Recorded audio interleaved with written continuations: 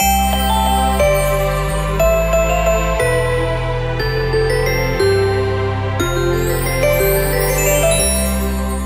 साथियों, कैसे हो आप सभी। उम्मीद है आप सभी अच्छे होंगे, मस्त होंगे, तंदुरुस्त होंगे और अपने घर बैठे आप लोग मज़े ले रहे होंगे। तो मैं स्वागत करता हूं मनोज पाटीदार आप सभी का DCI यानी कि द्रोणा कैरियर इंस्टीट्यूट के ऑनलाइन प्लेटफॉर्म पे। आपकी अपनी कोचिंग, आपकी अपनी शिक्षा नगरी कोटा के अंदर आ चुकी है, आपके अपने सपनों को साकार करने, जान देने, आपके हौसलों को साकार करने, आपके हौसलों को पंख लगाने, आपको अपनी मंजिल तक पहुंचाने में हम आपके साथ तैयार, कंधे से कंधे मिलाकर हमेशा खड़े हैं और आगे भी खड़े रहेंगे और अब भी खड़े हैं। तो निश्चिंत आप जुड़िए इस प्लेटफॉर्म से साथ, जिसकी भी आप तैयारी करना चाहते हो। तैयारी के लिए शिक्षा नगरी कोटा में कृषि शिक्षा को पूर्णतः समर्पित द्रोणा कैरियर इंस्टीट्यूट उदयपुर जयपुर की अनुभवी शिक्षकों की टीम अब शिक्षा नगरी कोटा में नए बैच प्रारंभ है। Jet, ICR, CUET, pre PG, जिसकी भी आप लोग प्रिपरेशन करना चाहते हैं, वो प्रिपरेशन के लिए आप लोगों का जो भी बैच है वो आप लोगों का स्टार्ट हो चुका है। आप लोगों का साथ के साथ साथ कृषि प्रवेशक की तैयारी है आप लोगों की, वो भी निःशुल्क करवाई जा रही है आप लोगों के लिए। कोचिंग है, हॉस्टल है, हिंदी मीडियम, इंग्लिश मीडियम, बहुत दोनों मीडियम जो है आप लोगों के लिए अवेलेबल है।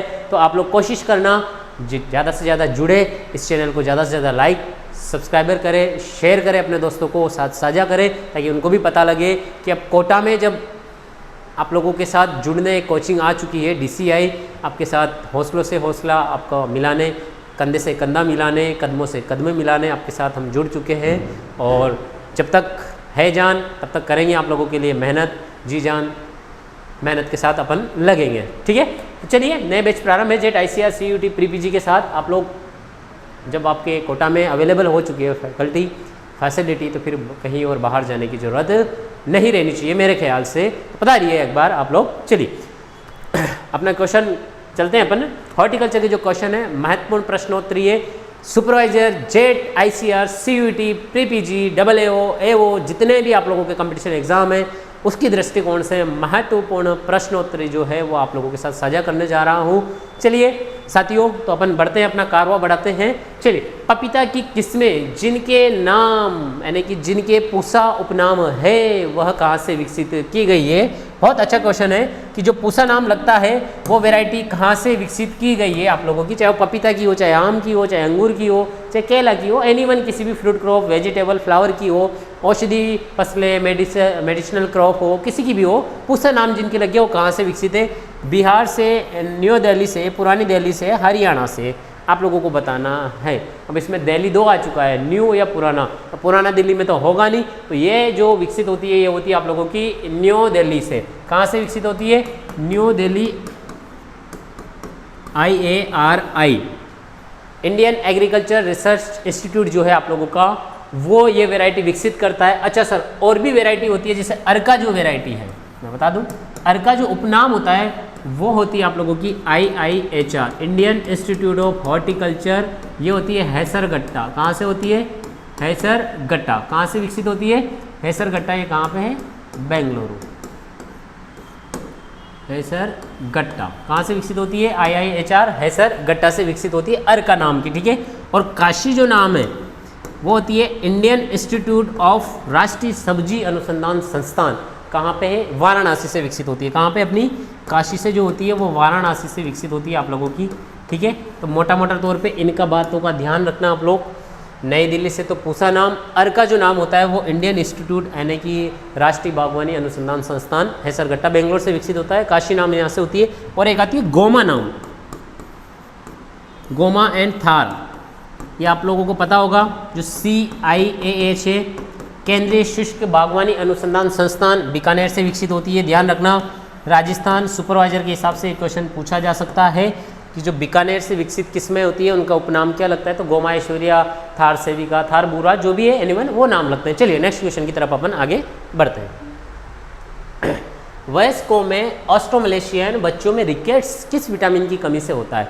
मतलब ये पूछा है आप लोगों से कि जो रिकेट्स होता है आप लोगों का, रिकेट्स इन द सेंस अपन जो कह सकते हैं घुटनों में जो सूजन होता है, दर्द होता है, वो किस विटामिन की कमी से होता है। अपना vitamin A, vitamin C, vitamin B और विटामिन D।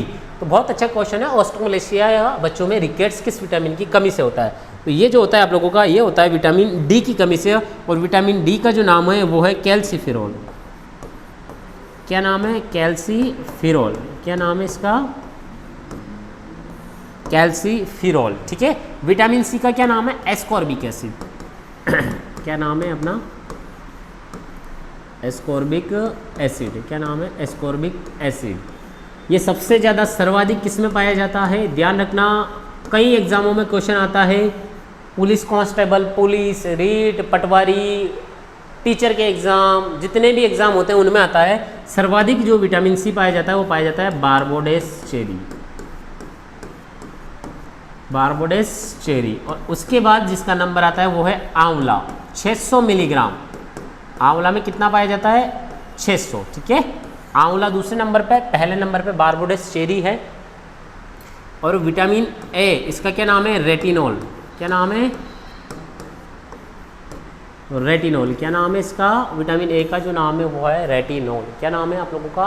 रेटिनॉल। और इसका जो समृद्ध स्रोत रहता है वो रहता है पीले फल वाली या सब्जियां जो भी रहते हैं, जैसे गाजर, पपीता, आम जो है आप लोगों का, वो इसका मुख्य स्रोत रहता है विटामिन ए का, रेटिनॉल होता है आप लोगों का। मोतियाबिंद, नाइट ब्लाइंडनेस, दिखने में कमी होना, चश्मा लगना, इससे विटामिन की कमी का संकेत है आप लोगों का। ठीक है। Sorry. Vitamin C ascorbic acid होता है आप लोगों का। ठीक है, इसका ध्यान रखना। विटामिन बी में कई सारे विटामिन B1 आता है, थायमिन आता है, विटामिन B2 आता है आप लोगों का, राइबोफ्लेविन आता है आप लोगों का, विटामिन B3 आता है जिससे पेलेग्रा रोग होता है आप लोगों का। ठीक है। और कोबालेमिन आता है, विटामिन B12 आता है। तो कई सारे आप लोगों के विटामिन बी की जो है वो श्रृंखला है। ठीक है। चलिए चेन है अगले क्वेश्चन की तरफ अपन चलते हैं। करोंदा निम्न में से किसका एक भरपूर स्रोत है? भरपूर स्रोत का मतलब किसका महत्वपूर्ण, यानी कि जो उसमें अंश सर्वाधिक होता है वो किसका होता है, यानी कि कौन से तत्व का सर्वाधिक अंश होता है करोंदा में? तो कैल्शियम, फॉस्फोरस, आयरन या विटामिन सी आप लोगों को बताना है करोंदा। तो करोंदा जो है वो ऑप्शन के अकॉर्डिंग आप लोगों को विटामिन सी तो नज़र आ नहीं रहा होगा क्योंकि अभी बताया है मैंने, बारबोडेस चेरी, आंवला, उसके बाद जो है आप लोगों का गुआवा होता है आप लोगों का, मिर्ची में भी होता है विटामिन, हरी मिर्च में विटामिन सी पाया जाता है, विटामिन ए भी पाया जाता है आप लोगों का। ठीक है। तो इसका बताना है आप लोगों को, जो इसका जो सही आंसर है वो है आयरन। ठीक है, इसका सही आंसर। और ये पाया जाता है लगभग 39% जो है वो करोंदे में जो पाया जाता है आयरन पाया जाता है। कैल्शियम जनरली लीची में होता है, ध्यान रखना। ठीक है। और फास्फोरस जो है वो पालक वगैरह में होता है। विटामिन सी का मैंने आप लोगों के सामने चर्चा की है।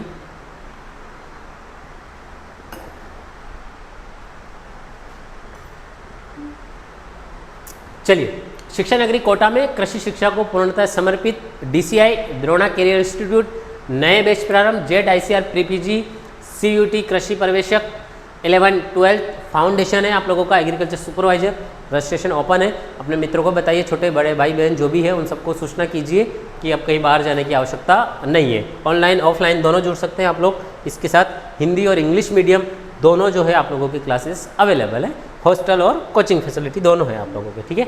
चलिए, पपीते से पपेन निकालने हेतु कितने दिन के जो है फल होने चाहिए, यानी कि कितने पुराने फल होने चाहिए पपीता से पपेन निकालना? पपीता से पपेन जो निकलता है वो निकलता है आपका वाइट लेटेक्स जो होता है ना, वाइट लेटेक्स जो निकलता है, तो कितने दिन पुराने फल से जो है वो निकलता है आप लोगों का। ठीक है। पके फल 3 माह पुराने, 1 माह पुराने, 6 माह पुराने। तो मैं बता दूं, इसके लिए फल जो चाहिए वो 90 से 100 दिन पुराने चाहिए।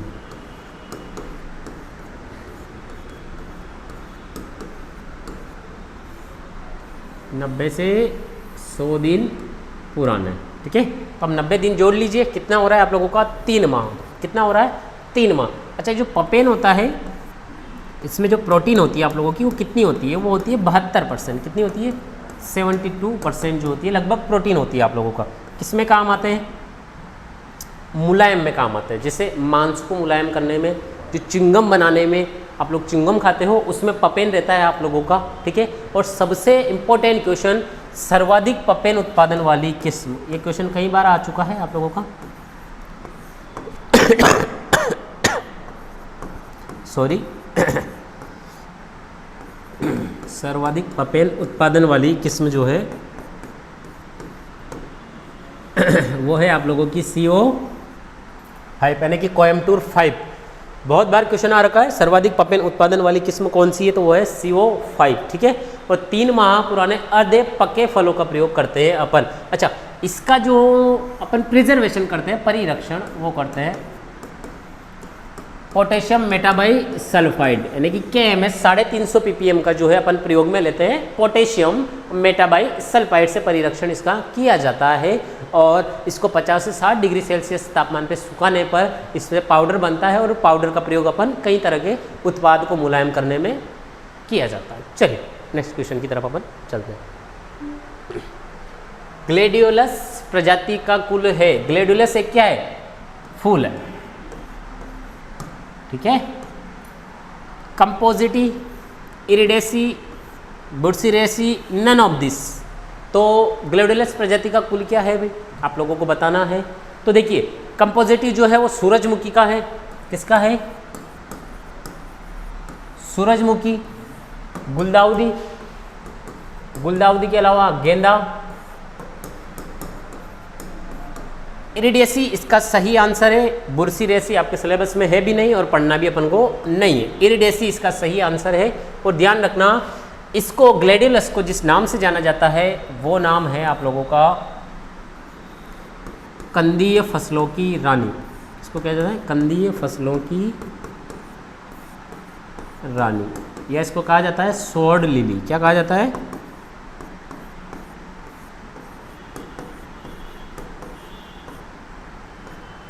कंदीय फसलों की रानी या स्वॉर्ड लिली के नाम से ग्लेडियोलस को जाना जाता है। चलिए नेक्स्ट क्वेश्चन की तरफ अपन चलते हैं।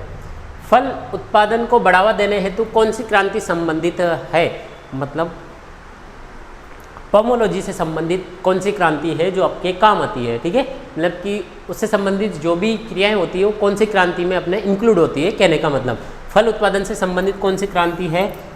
गोल क्रांति, रेड क्रांति, ग्रे क्रांति या फिर सुनहरी क्रांति। आप लोगों को बताना इसका सही आंसर क्या है, ठीक है। चलिए तो इसका सही आंसर मैं बता देता हूँ। सुनहरी या स्वर्ण क्रांति या गोल्डन रेवोल्यूशन जो है आप लोगों का, वो फल उत्पादन से संबंधित है।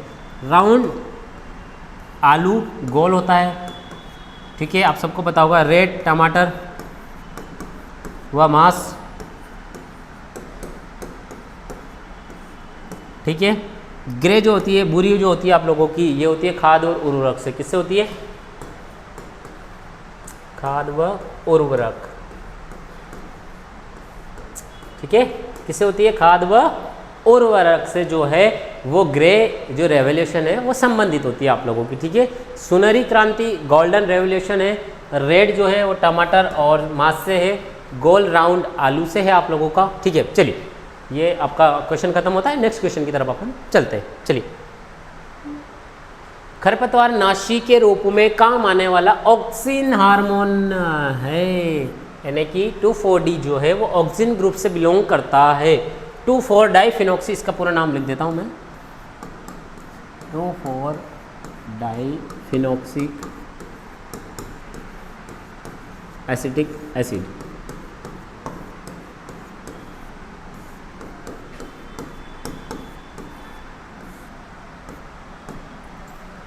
ठीक है। 2,4-डाइक्लोरोफिनॉक्सिस एसिड है ना, क्लोरो भी लगा लेना।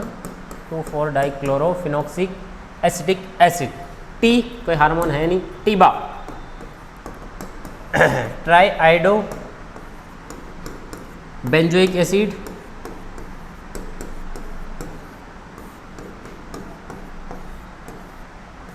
Try आइडो benzoic acid. अच्छा, इसका काम क्या होता है? तो ये होता है कुकुरबिट्स में नर मादा पुष्पों की संख्या बढ़ाना है। तो कुकुरबिट्स में मादा पुष्पों की, सॉरी नर की जगह मादा पुष्पों की संख्या बढ़ाना है। तो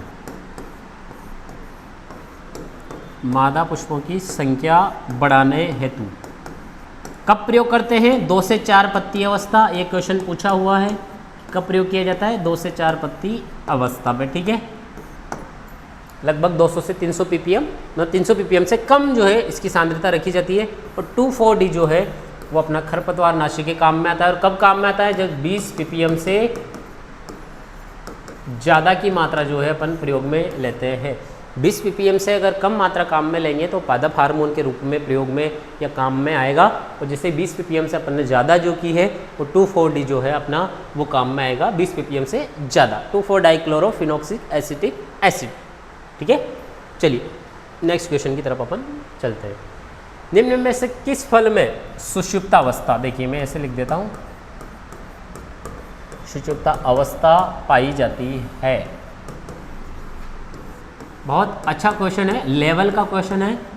इसको बोलते हैं फ्रूट डोरमेंसी। ठीक है, मतलब सीड जो रहता है उचित पर्यावरणीय या अनुकूल परिस्थितियां मिलने के बाद भी उसका अंकुरण नहीं होता है, जर्मिनेशन नहीं होता है, वो किसमें पाई जाती है? बेर, आंवला, खजूर, नींबू वर्गीय फल। बताइए इसका आंसर किस में पाई जाती है? निम्न में से किस फल में सुषुप्त अवस्था पाई जाती है? इसका जो सही आंसर है वो है आंवला। बेर में जो समस्या होती है वो होती है परागबंधिता की, ध्यान रखना, इसकी होती है परागबंधिता की। खजूर में जो है वो मेटाजीनिया पाया जाता है। ठीक है, पराग कणों का फलों की गुणवत्ता पर पड़ने वाला प्रभाव, फल का आकार, फल की क्वालिटी, वो कहलाता है मेटाजीनिया। खजूर से संबंधित, खजूर और पपीता दोनों से संबंधित है। आंवला इसका सही आंसर है। बहुत अच्छा क्वेश्चन है, आने की संभावना बन जाती है आप लोगों के। परागबंधिता जो है वो बेर से संबंधित है आप लोगों को। चलिए नेक्स्ट क्वेश्चन की तरफ अपन चलते हैं। आम किस कुल का एक प्रमुख सदस्य है, यानी कि मेंबर? तो मैंगो, बताइए आप लोग कौन से कुल का जो है वो फल वृक्ष है आप लोगों का? विग्ना, ये तो कोई कुल है नहीं। म्यूजेसी हो सकता है, रहमनेसी नहीं है, इसको अपन रहमनेसी कर सकते हैं, थोड़ी टाइपिंग मिस्टेक हुई, रहमनेसी। ठीक है, और अगला गया एनाकार्डियसी। तो इसका जो राइट आंसर है वो सबको पता है, एनाकार्डियसी है। और रहम, बेर पे रहम कर दिया करो आप लोग। ठीक है, तो रहमनेसी जो कुल का पादप है वो है आप लोगों का बेर। कौन है? बेर, रहमनेसी का। बहुत अच्छा क्वेश्चन है। अभी मिर्टेसी का अमरूद हो जाएगा आप लोगों का। ठीक है, म्यूजेसी का कौन हो जाएगा? केला। कौन हो जाएगा? केला। चलिए वापस शिक्षा नगरी कोटा में कृषि शिक्षा को पूर्णतः समर्पित DCI, नाम तो आप लोगों ने सुना ही होगा, नहीं सुना हो तो सुन सकते हो आप लोग। द्रोणा कैरियर इंस्टीट्यूट, नए बैच प्रारंभ है। प्री-PG का नया बैच प्रारंभ हो रहा, सुपरवाइजर के चल रहे हैं, जेट के चल रहे हैं, आप लोगों के ICR के चल रहे हैं बैच। तो जो भी आप लोग तैयारी करना चाहते हो जुड़ सकते हैं अपने हंसते मुस्कुराते DP सर के साथ, और मैं भी आपके साथ खड़ा हूँ सर ही। ठीक है, ऑनलाइन माध्यम से क्वेश्चन करवाने का तरीका है, और बाकी ऑफलाइन आओगे तो आपको सर मिलेंगे बिल्कुल। ऑफलाइन क्लास भी चल रही है, ऑनलाइन भी चल रही है, जैसे भी आप जुड़ना चाहो वैसे आप लोग जुड़ सकते हैं। चलिए नेक्स्ट क्वेश्चन की तरफ अपन चलते हैं। चलिए, निम्न में से कौन सा कथन असत्य है? आम, देखिए एक तरफ इसमें दिए फल वृक्ष। ठीक है, फल वृक्ष कौन सी है और प्रवर्धन की विधि कौन सी है? ठीक है, आम, विनेर ग्राफ्टिंग, अमरूद, माउंट लेयरिंग, आंवला, रिंग बडिंग, अंगूर, कठोर काष्ठीय कलम। चारों में से 3 सही है, गलत है, और बहुत इंपॉर्टेंट प्रश्न है, रिपीट होता रहता है। कोई ना कोई, या तो आम होता है, या अमरूद होता है, अंगूर होता है, कोई ना कोई एक ऑप्शन रिपीट होता है। तो इसका जो असत्य कथन है वो है आप लोगों का आंवला। आंवले में कौन सी बडिंग होती है? Patch budding. कौन सी बडिंग होती है भैया? पैच बडिंग जो होती है वो आंवले में होती है आप लोगों की। तो इसका असत्य कथन आ गया आंवला आ चुका है। ठीक है, आम, विनेर ग्राफ्टिंग, अमरूद, माउंट लेयरिंग, आंवला पैच, अंगूर कठोर काष्ठीय कलम। चलिए, क्रायोजेनिक फ्रीजिंग हेतु तापक्रम, यानी कि क्रायोजेनिक मतलब जो आप लोगों का एक तरह से कह सकते हैं अपन वीर्य को जो इकट्ठा करते हैं अपन, सीमन को, जो एनिमल रहते हैं उनके सीमन को जो जिसमें इकट्ठा करते हैं, क्रायोजेनिक फ्रीजिंग हेतु तापक्रम -196, -60, -32 और -16। क्रायोजेनिक फ्रीजिंग के लिए जो तापमान है वो है -196 डिग्री सेल्सियस। बहुत अच्छा क्वेश्चन है आप लोगों का, और पूछने की संभावना बन जाती है ऐसे क्वेश्चन को टेम्परेचर वगैरह से। आप सबको पता है क्वेश्चन आते हैं और टेम्परेचर में कन्फ्यूजन भी बहुत ज़्यादा होता है। तो सबसे लो जो होता है माइनस में सबसे हाई टेम्परेचर, माइनस में सबसे हाई टेम्परेचर है, ध्यान रखना, माइनस भी जा रहा है और हाई भी है, 196 -196 डिग्री सेल्सियस। ठीक है, चलिए, और किस में रखते हैं सबको पता है, तरल नाइट्रोजन। किस में रखा जाता है? तरल नाइट्रोजन। चलिए अगला क्वेश्चन आया है, बहुत शानदार क्वेश्चन और जानदार क्वेश्चन। आपके दोगे कि सर वाकई में क्वेश्चन पूछा जाता है और पूछे जाने की संभावना है। पेक्टिन की माप की जाती है या मापन किया जाता है, इसका पेक्टिन का जो है वो मापन किया जाता है जेलीमीटर से, थर्मोमीटर से, रिफ्रैक्टोमीटर से, उपरोक्त सभी से। तो देखिए थर्मोमीटर से तो तापमान मापते हैं, रिफ्रैक्टोमीटर से क्या मापते हैं अपन, TSS या कुल घुलनशील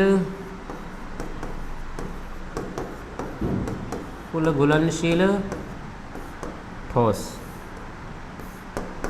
कुल घुलनशील ठोस, रिफ्रैक्टोमीटर यानी कि TSS, ठीक है। और जेलीमीटर जो है वो पेक्टिन की माप में काम आता है। ध्यान रखना, जेली के मापन में काम नहीं आता है जेलमीटर। किसके मापन में काम आता है, वो आता है आप लोगों के पेक्टिन के मापन में। किसके मापन में काम आता है, वो आता है आप लोगों के पेक्टिन के मापन में जो है वो काम आता है आप लोगों का जेलीमीटर।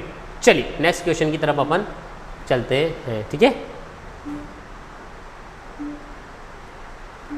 चलिए कोई बात नहीं, क्वेश्चन को इंपोर्ट कर लेते हैं, शायद रहेगी होगी स्लाइड।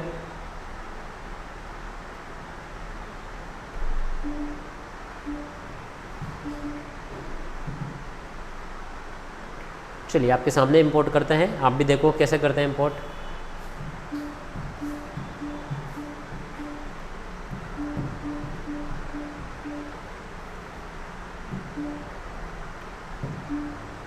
चलिए आगे अपने क्वेश्चन आ गए है ना, छूट गया था पॉइंट, कोई बात नहीं। चलिए तब तक आप क्वेश्चन पढ़िए।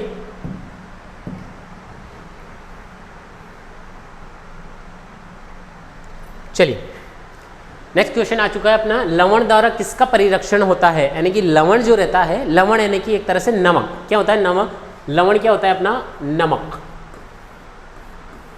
द्वारा किसका परिरक्षण किया जाता है, जेल का, जेम का, अचार का, ऑल ऑफ दिस यानी कि सभी का।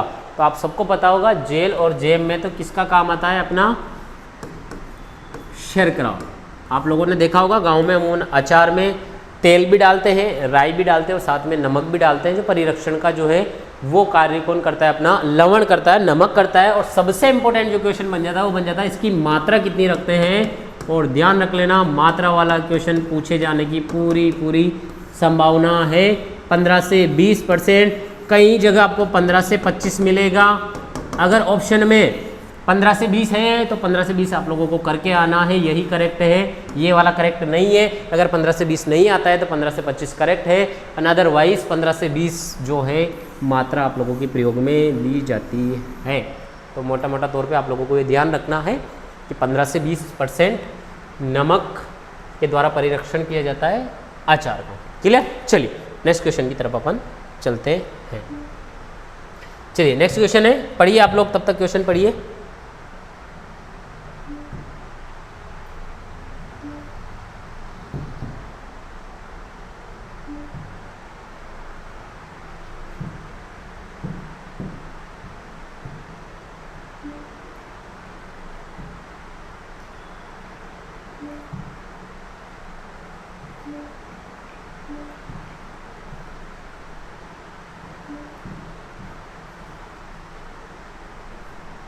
चलिए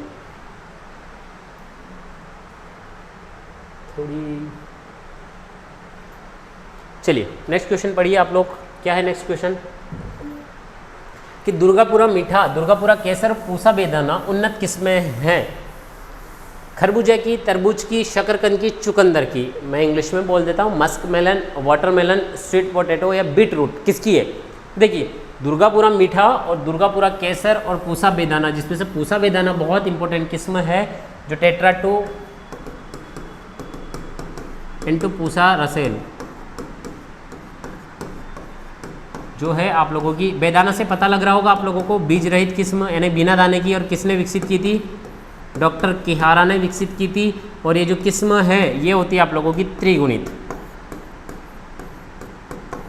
कौन सी होती है, त्रिगुणित जो है वो किस्म होती है tetra 2 into Pusa Russell, Pusa बेदाना। बहुत अच्छा क्रॉस है। अगर क्रॉस वाला क्वेश्चन बनता है तो आम के बाद यहाँ से आने की संभावना बन जाती है टेट्रा 2 इंटू पूसा रसेल। अच्छा दुर्गापुरा मीठा और दुर्गापुरा केसर, जो दुर्गापुरा केसर है ये पीले रंग वाली किस्म है, ध्यान रखना। पीले रंग का गुदा। पचेती किस्म है तो ये किसकी किस्म हो जाएगी? तरबूज। और तरबूज को क्या बोलते हैं अपन? वाटरमेलन। क्या बोलते हैं तरबूज को? वाटरमेलन। क्या बोलते हैं? वाटरमेलन। ठीक है, चलिए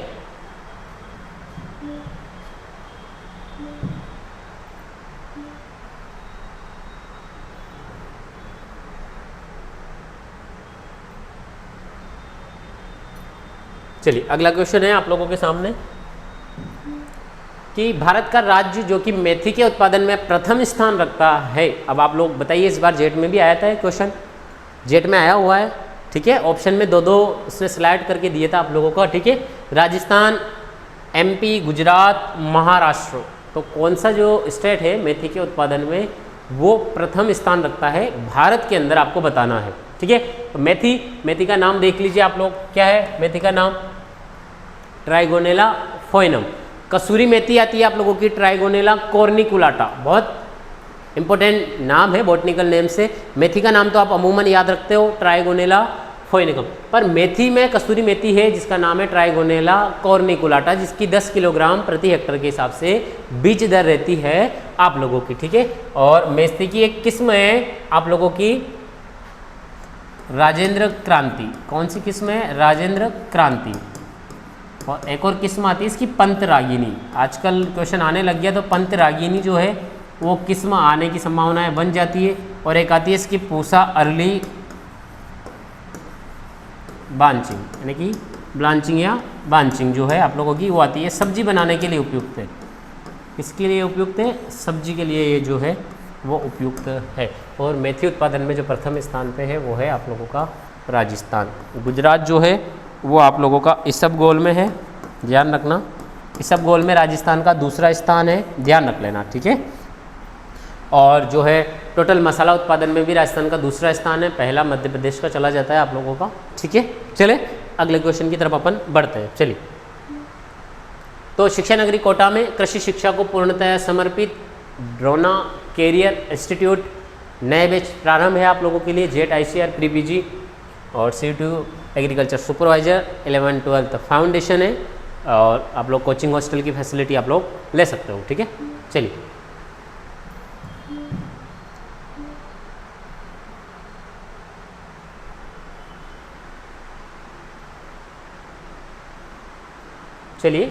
अगला जो क्वेश्चन आ चुका आप लोगों का, निम्न में से किस विटामिन की कमी से, कि निम्न में से किस विटामिन की कमी से मनुष्य में रक्त का थक्का नहीं बनता, यानी कि ब्लड क्लॉथिंग नहीं होती है। क्या नहीं होती है? ब्लड क्लॉथिंग नहीं होती है। ठीक है, तो निम्न में से किस विटामिन की कमी से मनुष्य में रक्त का थक्का नहीं बनता है? वो विटामिन कौन सा? Vitamin C, vitamin D, vitamin K, vitamin H। तो इसका राइट आंसर चला जाएगा विटामिन K, और इसका क्या नाम है? फाइलोक्विनोन।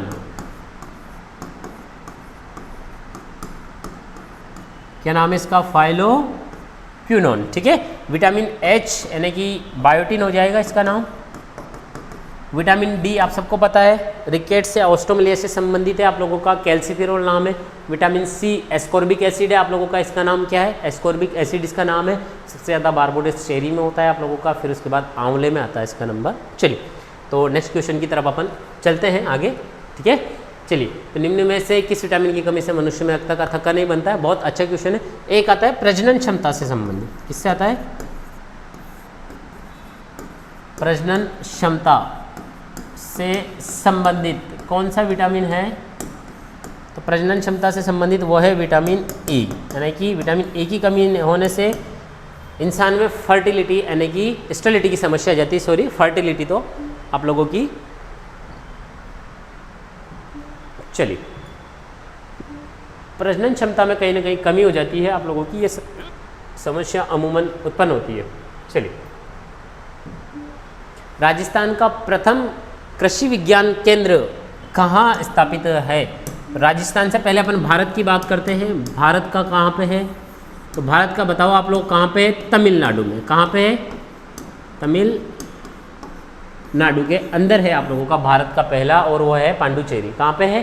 पांडिचेरी जो है आप लोगों का भारत का पहला केवीके है। 1974 में पहला केवीके बनाया गया था आप लोगों का पांडिचेरी, ठीक है, पांडिचेरी या पांडुचेरी जो भी आप लोग कह सकते हो, यहाँ पे आप लोगों का 1974 में। और जो राजस्थान में वो है फतेहपुर, और फतेहपुरा कहाँ पे है, वो है सीकर के अंदर, ठीक है, फतेहपुरी सी, ठीक है, फतेहपुरी सीकर के अंदर है राजस्थान का प्रथम केवीके कृषि विज्ञान केंद्र। 1974 में चला था और डॉक्टर मोहन सिंह जो मेहता है उनकी रिकमेंडेशन पे एक केवीके स्थापित हुए थे आप लोगों के। चलिए नेक्स्ट क्वेश्चन की तरफ अपन चलते हैं। ग्लैडुलस में सामान्यतः प्रवर्धन, क्या क्वेश्चन है, ग्लैडुलस में सामान्यतः जो प्रवर्धन है आप लोगों का उसकी विधि क्या है। बहुत अच्छा क्वेश्चन है, आर का क्वेश्चन है, शानदार क्वेश्चन है, जानदार क्वेश्चन है आप लोगों के लिए। तो ग्लैडुलस में सामान्यतः प्रसारण की विधि है कंद, कौर्म, प्रकंद या शल्क कंद। आप लोगों को बताना है कि ग्लैडुलस में सामान्यतः प्रसारण की विधि कौन सी है, ठीक है। तो कौन सी है सामान्यतः विधि, कंद, कौर्म, धनकंद, शल्क कंद, कौन सी विधि है। चलिए तो देखिए ग्लैडुलस की जो है वो है कौर्म विधि। अब कौर्म को क्या बोलते हैं अपन, धनकंद। सारे कंद कौर्म जैसे नजर आ रहे होंगे। कंद जो है आप लोगों का वो है आलू, और आलू एक तरह से रूपांतरित तना है, इसका जरूर आप लोग ध्यान रखना, क्या है, रूपांतरित तना। प्रकंद एक तरह से राइजोम है, क्या है, प्रकंद जो है वो राइजोम है आप लोगों का, ठीक है। और इसमें हल्दी अदरक आ जाता है, केला भी आ जाता है, ठीक है, हल्दी अदरक केला। और जो शल्क कंद है ये आपके सिलेबस में है भी नहीं, और ट्यूनिकेटेड और नॉन ट्यूनिकेटेड बल्ब के हिसाब से चलता है आगे के लोगों का। वैसे तो प्याज में यूज में लेते हैं शल्क कंद अपना, पर वो बल्ब हो जाता है एक तरह से, ठीक है। चलिए बहुत अच्छा क्वेश्चन आया आप लोगों के लिए।